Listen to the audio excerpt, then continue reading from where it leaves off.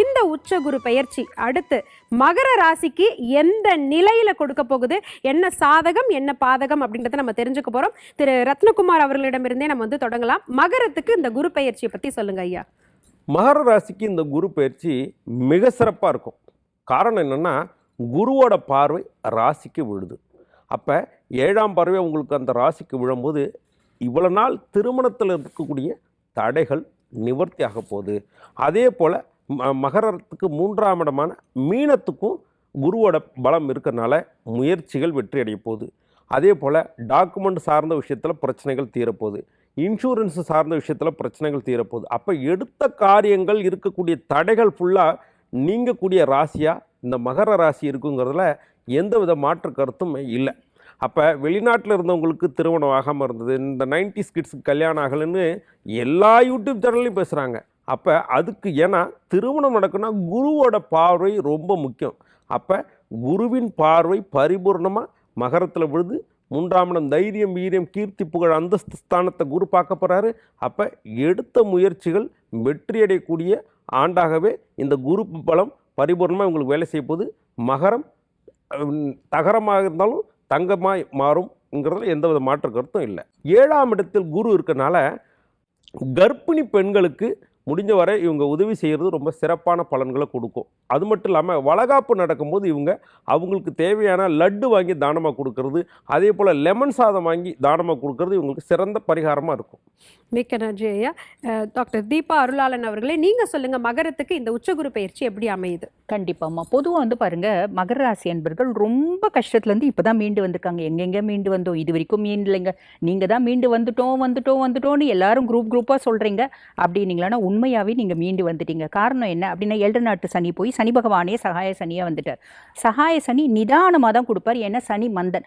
ஆனால் குரு பெயர்ச்சியாகி குருனோட உச்சப்பார்வை சனி மேலே படுறதுனால சனி கடகடகடகடன் நிறைய நல்லது செய்ய போகிறார். ஃபர்ஸ்ட் விஷயம், எல்லா விதத்துலையும் சப்போர்ட்டிவாக இருக்க போகிறார், ஹெல்ப்ஃபுல்லாக இருக்க போகிறார். அது நல்ல விஷயங்க. 2வது, குரு பகவான் 7ஆம் பாவத்தில் கலத்திர குருவாக இருக்கார். வயசு 40 ஆயிடுச்சுங்க. இது வரைக்கும் நல்ல வரனே கூடி வரல. நல்ல வரணும் இல்லை, ஏதோ ஒரு சொத்தையோ நொத்தையோ முத்தலோ ஏதோ ஒன்று வந்தால் போதும் அப்படின்னு நினச்சிட்டு இருக்கீங்க அப்படின்னா இந்த காலகட்டம் நல்ல குணவதியான நல்ல குணவாளனான மணமகள் உங்களுக்கு கிடைப்பாங்க. நீங்கள் ரொம்ப காம்ப்ரமைஸ் ஆகிட்டீங்க. ஏதோ ஒன்று பிள்ளைன்னு வந்தால் போதும், ஒரு ஆண் வரன் வந்தால் போதும், நான் கல்யாணம் பண்ணிக்கிறேன் அப்படின்னாலும் ரொம்ப சூப்பரான வரன் வரக்கூடிய காலகட்டம். விஷயம், ஆல்ரெடி கல்யாணம் ஆயிடுச்சுங்க, 7 நாட்டு சனியில் மொத்தமாக என்னை விட்டு பிச்சுன்னு போயிட்டாங்க அப்படின்னாலும் இந்த காலகட்டம் இளைய கலத்திரம் அப்படின்றது ஒன்று வருங்க. 2வது திருமணம் நல்ல வரனாக வரத்துக்கு வாய்ப்பு உண்டு. இல்லைங்க, நாங்கள் அதாவது 7 நாட்டு சனியில் பார்த்திங்கன்னா ஒரே வீட்டில் தான் இருக்கும்.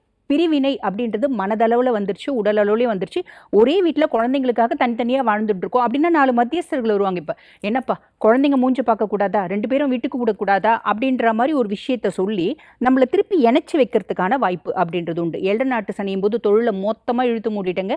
ஏன்னா நஷ்டம் என்னால் தாங்க முடியல, எந்த விதத்துலையும் என்னால் பார்த்திங்கன்னா தொழிலை ஓவர் கம் பண்ணி அதை நடத்த முடியல அப்படின்றவங்களுக்கு கூட இப்போ நான் மூடிட்டேன், திருப்பி என்ன பண்ணுறதுன்னு தெரியாமல் யோசிச்சுட்டு இருக்கேன் அப்படின்னா, நீங்கள் ஆல்ரெடி மூடின தொழிலை திருப்பி பார்த்திங்கன்னா புதுசாக ஆரம்பிக்கிறதுக்கு ஒரு இன்வெஸ்டர் அவங்களே வழியை பார்த்திங்கன்னா உங்களுக்கு சப்போர்ட்டிவாக இருப்பாங்கன்னு சொல்லலாம். தானாக ஒரு அடிமை சிக்கிடுச்சுப்பா அப்படின்னு நினைக்கக்கூடிய ஒரு விஷயம் தாராளமாக நடக்க போதுங்க.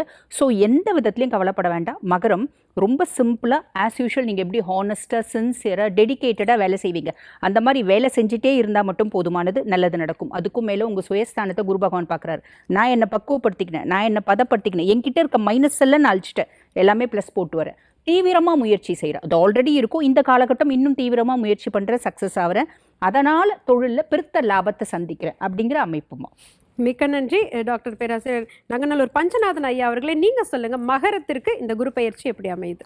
இருக்கிற ராசிகளிலேயே மிக உன்னதமாக அற்புதமான ஒரு பலனை பெறக்கூடிய ராசியாக மகர ராசி இருக்குது. மகர ராசியில் தான் குரு பகவான் நீச்சமாகக்கூடியவர். அப்போ அந்த குரு தான் வீக்காக இருக்கவங்க ஜாதகத்தில் அப்படிங்கும்போது இப்போ அந்த குரு உச்சமாக இருந்தவர்களை பார்க்கிறார். அப்படிங்கிறதுனால குரு பகவான் நீச்சமாக இருந்து என்னென்ன தொல்லைகள் வாழ்க்கையில் இவர்கள் அனுபவித்திருப்பார்களோ அவ்வளவு பிரச்சனைகள் இப்போ நிவர்த்தியாகும். மிக முக்கியமாக இந்த காலகட்டத்தில் நீங்கள் பணிபுரிந்த ஒரு வேலை செய்திருக்கீங்க, அதுக்கு ரெக்கக்னேஷன் கிடைக்கல, இப்போ நல்ல ரெக்கக்னேஷன் கிடைக்கும். வெளிநாடுகளுக்கு செல்லக்கூடிய யோகம், உங்களுடைய வேலை நிமித்தமாக உங்கள் தொழில் நிமித்தமாக வெளிநாடு செல்லக்கூடிய யோகம், கலைத்துறையைச் சேர்ந்தவர்கள் வெளிநாடுகளில் போய் கலை நிகழ்ச்சிகள் நடத்தக்கூடிய யோகம், அப்படி ஒரு மிகச்சிறந்த யோகங்கள் ரெக்கக்னேஷன் கிடைக்கக்கூடிய ஒரு காலகட்டமாக மகர ராசிக்கு இது இருக்குது. அதுமாதிரி சனி பகவான் 3ஆம் இடத்துல இருக்கார். அந்த 3ஆம் இடம்ங்கிறது உபஜயஸ்தானம். எந்த ஒரு காரியத்தை எடுத்தாலும் வெற்றி பெற வேண்டும் என்று சொன்னால் அந்த உபஜயஸ்தானத்துடைய அனுக்கிரகம் வேணும். அந்த அனுக்கிரகம் இப்போ உங்களுக்கு கிடைக்குது. அப்படிங்கிறதுனால மிகப்பெரிய வளர்ச்சிகள் உங்களுக்கு இந்த காலகட்டத்தில் இருக்குது. திருமணம் வாழ்க்கையில் பிரிஞ்சிருக்கக்கூடிய கணவன் மனைவி கூட மீண்டும் சேருவாங்க, அது நடக்கும். ஆஃபீஸில் ப்ரமோஷன் கிடைக்கும். இது நாள் வரைக்கும் ப்ரமோஷன் தடப்பட்டிருந்தாலும் ப்ரமோஷன் கிடைக்கும். உயரதிகாரிகளோடு ஒரு நல்ல நட்புறவு இருக்கும். அரசியல்வாதிகளுக்கு மிகப்பெரிய மேன்மைகள் உருவாகும். அப்படி நிறைய நன்மைகள் இருக்குது. இந்த காலகட்டத்தில் நீங்கள் என்ன செய்யலாம், என்ன பரிகாரம் செய்யலாம் அப்படின்னா, திருமணம் செய்து கொள்ளணும்னு நினைக்கிறாங்க, ஆனால் அவங்களுக்கு பொருளாதார வசதி இல்லை அப்படிங்கிற குடும்பங்களை பார்த்து அந்த பெண்களுக்கு தாலி வாங்குவதற்கு தாலிக்குரிய உதவி செய்தால் ஒரு மிகப்பெரிய வளர்ச்சி வரும். அதே போல் நீங்கள் செய்ய வேண்டிய இன்னொன்று, திருச்செங்கோடு போகணும். அர்த்தநாரீஸ்வரர் வழிபாடு செய்தாலும் வாழ்க்கையில் மிகப்பெரிய மேன்மைகளை மகர ராசிக்காரர்கள் இந்த காலகட்டத்தில் பெறுவீங்க.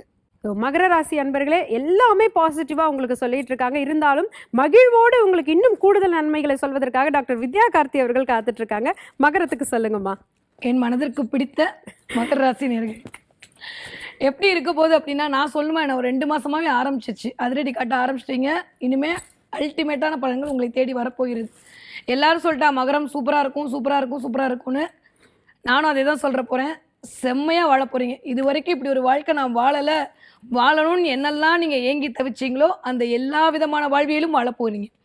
இந்த டே டு டே வேலை பார்ப்பாங்கல்ல, இந்த ஏசி சர்வீஸ் பண்ணுறவங்க, மெக்கானிக்கு, ப்ளம்மரு, பூவிக்கிற அக்கா, இந்த மாதிரி தினக்கூலி மூலமாக என்னுடைய வாழ்வியல் செழிக்காதா அப்படின்னு நினைக்கக்கூடிய அத்தனை மகர ராசிக்காரர்களுக்கும் மிகச்சரியான லட்சாதிபதி யோகம். நீங்கள் கவலையே பட வேணாம். ஃபஸ்ட்டு பாயிண்ட், யாரெல்லாம் ஆட்டோ ஓட்டுறீங்களோ, யாரெல்லாம் 2 வீலர் ஓட்டுறீங்களோ, ஃபுட்டு டெலிவரி பண்ணுறீங்களோ, அத்தனை பேருக்கும் சூப்பர்.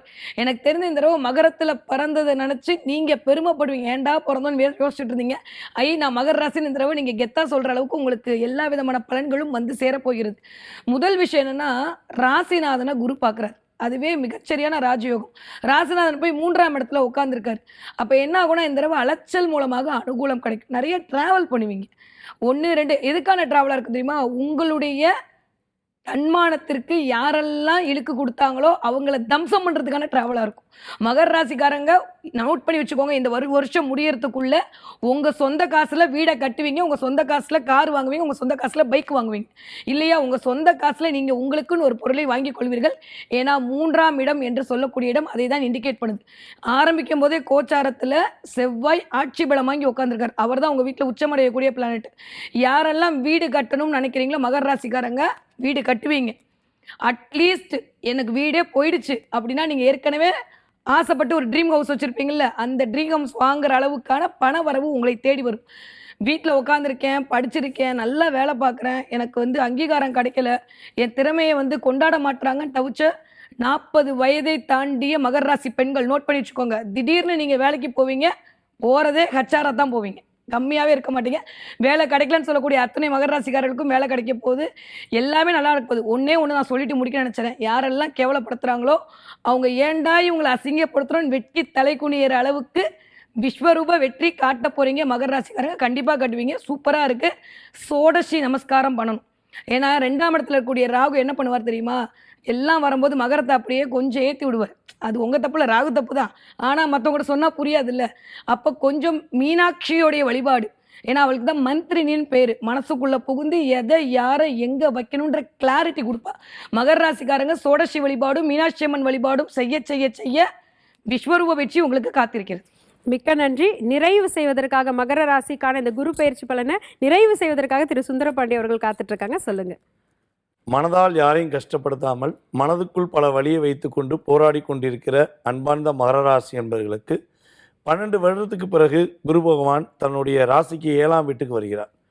எப்பொழுதுமே பார்த்திங்கன்னா இந்த மகர ராசிக்காரங்க பொதுவாகவே 12 வருடத்துக்கு ஒருக்க அவங்க புதுமையாக பிறந்த மாதிரியே வாழ்க்கையை அனுபவிப்பாங்க.